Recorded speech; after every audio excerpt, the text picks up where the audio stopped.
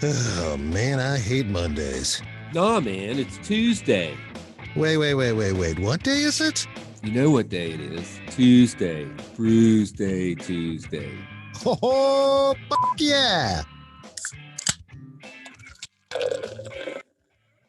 It's time for Brewsday Tuesday, brought to you by the Cellar and Six Pack Store. Here is Huck and Big Nate. Oh no! Did it go in the glass? I feel like that's bonus points. It hit the glass. Bounced off. That's the a glass. lousy shot. This thing needs to be calibrated. I think that's not the thing that needs to be calibrated. Well, amongst the things involved, I have like zero depth perception, so that's possible that just lousy aim here. That's bad. Zero depth perception would be better. Welcome into another edition of Brewsday Tuesday, brought to you by the Cellar Restaurant and Six Pack Store. We're a little hazy after last week. After 420, it's gonna be hazy for a while. Still a little hazy. We're recovering nicely. Let's have some fun. He's Huck. I'm Big Nate. I'll let you lead. What do you got there, Huck? All right, so I got this here beer.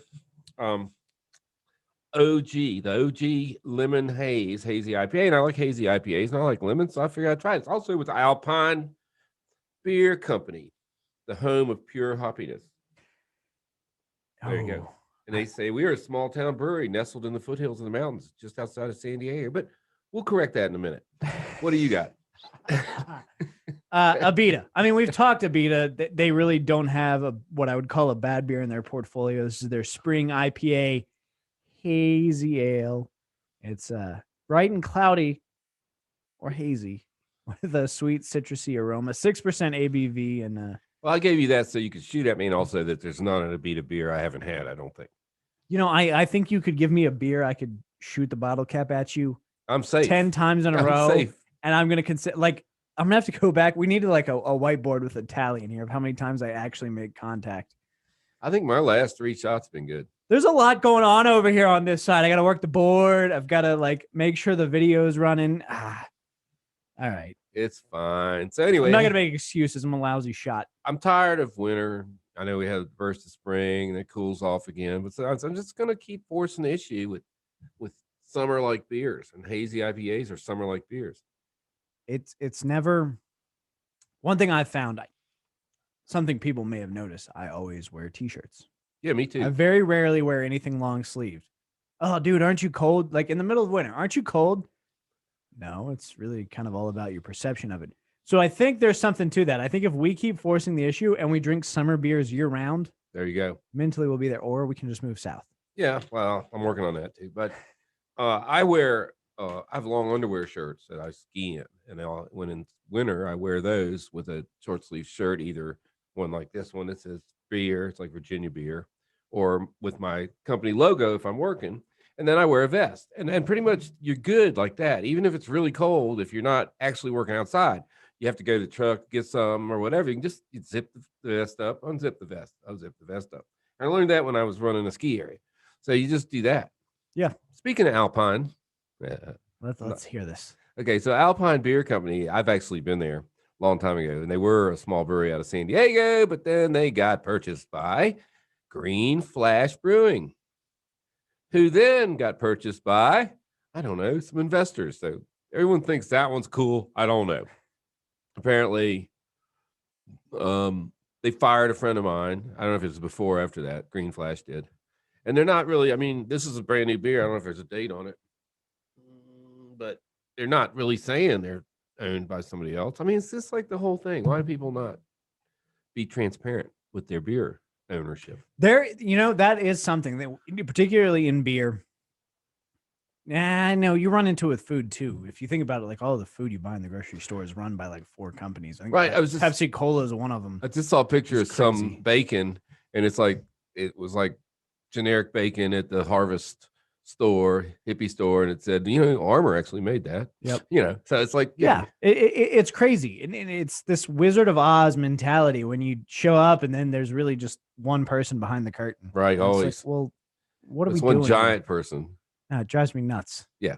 I'm not a fan of that. I definitely like transparency. And I think that's something that brewers would benefit from, that transparency. Yeah. Yeah, but I mean, everybody, it seems, is against the brewers. It's all about getting rid of little guys because they're eating the big guys' lunch. Yeah. Yeah. I mean, my theory is that we're eventually going to get back to neighborhood pubs once we get back to neighborhood pubs. I'm hoping so. But that everybody will have their, you know, I mean, I go to the same bar almost every night. You know, I can't advertise for PKs or anything because that wouldn't be right. But every evening around 5, I'm usually there if I'm in town. But anyway, so I've never been somewhere, and you and I, we've been to several functions together at this point, and I've never been somewhere where you're not like Norm from Cheers. Right, yeah. I'm a regular at a lot of bars. Everybody knows Huck. At a lot of bars in a lot of different cities. That's what's amazing. So it's like I go places and I haven't been there in 8 months, and they go, "Huck, how you been?" And sometimes I can't remember who they are because it's been so long and I only met them once. Well, the other thing I've noticed about you that I also noticed from Norm from Cheers. Norm was, of course, a postal worker. You do a lot of different things. You're always working. Yeah. I think I'm going to guess because I don't actually know, and I probably should have asked this before we went to air with this. You probably work 6 days a week. I'm going to say no. I used to. Now, that being said, I'll take a phone call. I'll answer an email. But I mean, I have so many irons in the fire that there's something going on every day. Absolutely. 7 days a week. So do you like have how regimented is your day schedule wise? Okay. I get up in the morning, I have 2 cups of coffee, and I look at the internet. And until that happens, do not speak to me, especially with a problem. Yeah, I love my wife, but I've rolled out of bed. I hadn't even pulled on my pants, and she's telling me about her problem. And I'm like, I can't see you. So yeah, I like to get up and have my coffee. I do a certain internet thing. I read some news. I find out what's going on in the world. Make sure that I don't need to put on my nuclear wetsuit. And then I usually walk to the post office. And that's going to end when I move because I can't walk to that post office. And then I start my day. So either working or playing golf or whatever. There's always some work to do. That's true. Always. So now I'm going to say something here. My grandfather walks to the post office every day, but he's a stamp collector. Why are you going to the post office every day, Huck? That's where the money comes in. Okay. I have corporations and I have personal. And check those invoices. In the USPS world, if you change your address, which I'm about to do for the 3rd time in my life, my career life, but the first time all the mail came to one place, and it was impossible to do a change of address because there's 2 different. I have to do 2 different ones. So I get my personal mail at my apartment, and I get my work mail at the post office. So I'm getting a new post office in Narrows, and I'll be living in Pembroke, and I'll have a mailbox there. So now, as I eliminate businesses, then more comes to the personal box. But of course, nobody wants to send you an AM bill anymore. Lowe's just sent me an email this morning that said you're now paperless. I'm like, I checked the box. No, friggin' no, 100 times. Okay, so why don't you want to be paperless? Because Hotmail send my stuff to the junk mail without asking me. All right, that makes sense. I made the move to paperless because you don't have 3 or 4 entities. I was going to say I don't have that, but it became a thing where the wife and I both get so much mail. She gets it from the union she's a part of, and her retirement accounts, and everything's sent via paper. She can't remember any of her logins. She can't switch to paperless. You really don't at our age. You really don't need your monthly 401k statement unless you want to get really depressed about how little you've got ready for retirement at this point. So I was like, all right, look, I'll take all of the bills because I'm already the one handling them. I'll take those as paperless billing. And it cut down on what our mail counter is so much, but we still have a counter you could probably fill one of those like postal service boxes that they use to transport the mail. I hate paper. Yeah, but I mean, the thing is like I do my accounting at the end of the year. I take my bank statements, and my deposits are my income and my checks are my expenses, right?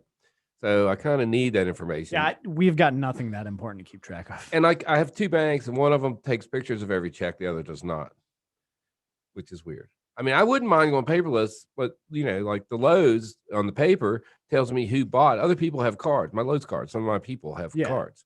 and I want to know who bought it and when and where. And I don't know if I'm going to get that paperless. I can't get it online right now, as I've tried. So it's weird. There needs to be a meeting where all of that's just made universal. But that being said, I do everything online. I pay my bills. The only thing, rarely do I write a check. I mean, rarely. Everything I do is online. I'm trying to figure out the making deposits online. I think the last time I had to actually have a check, a physical check, was to pay security deposit on the spot we're currently living in. That was 6 years ago. I had to go get a money order. I was like, look, I'm not ordering more checks because I never use them. Never. Everything can be done online. I was like, you know what? I'll pay the $3 or whatever and roll according to that. I don't know. Most of it, like if you have a bank account, and my bank, I have a community bank, as long as you got $1,000 in there, you don't go under that. There's no fee. And all my bill paying is free. Free. It saves them money. Yeah. And I mean, let alone they're not having to print and ship checks. And it's just, it's a baffling concept to me that we're still writing those. There was there was someone at the station. I can't even write them. I won't name names, but I definitely caught them photocopying a check. Now they had a valid reason, but they couldn't figure out why it wouldn't print. Oh, really?